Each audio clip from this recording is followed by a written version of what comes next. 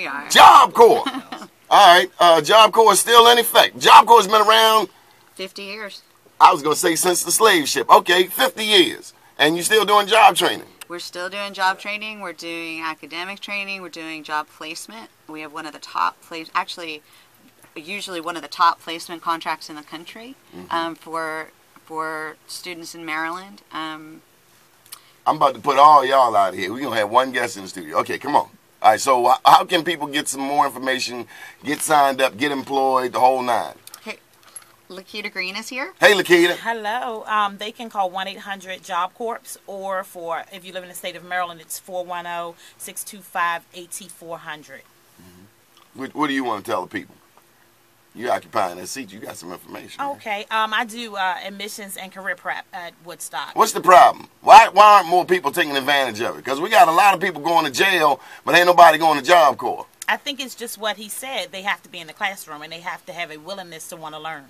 Okay, well, our people, obviously the willingness is going out the window.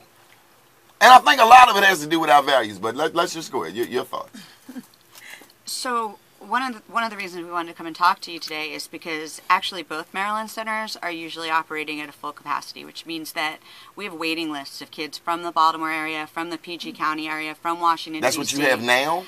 Whoa, wow. It's quite the opposite. It's not a waiting list. Oh, there's a huge waiting list, and let me tell you why. It's a huge waiting list? Huge, enormous. So why you want more people if you ain't servicing the ones you already got? Well, let me tell you. The reason that we wanted to come and visit you guys today is because we wanted to kind of share some information with people who are invested in youth education, and that's that the Department of Labor froze enrollment for the Job Corps program back in January.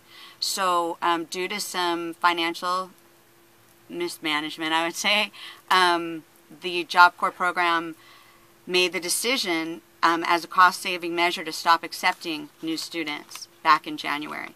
Did y'all call the Congress people? Oh, did you call the U.S. senators? Yep, they're on it. They are on the case. Did y'all put it in the newspaper, on the internet, on Facebook? I mean, social media? Actually, it's a huge article in the Washington Post about the entire ordeal. Oh, I don't read the Washington Post. I read bmorenews.com. That might mean y'all need to send it to us so we can get it out there to our constituents. And that's here we are to do just that, and we really appreciate you guys. Well, email us something, okay? Yep. We get it up on bmorenews.com. Anything else you want to say? We're hopeful. We have heard that there's going to be a new Secretary of Labor that is kind of going through the confirmation. Tom Perez got the job out of Maryland. Exactly right. You know he's down in Montgomery County. Go down there, stand out front of his house. And we are hoping that somebody out there. State's attorney's race. We're hoping that somebody out there would help us extend an invitation to Mr. Perez, because you might want to call bmorenews.com, lady. Sounds like you need DM Global marketing and PR to help you out.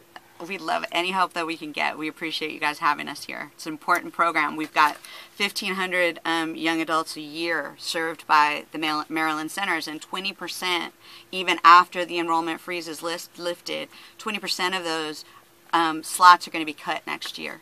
So this is an important issue. People don't fully understand it. The politicians that have been supporting the program have been speaking on behalf of youth, and we've got kids that are not the ones that don't want to go to school.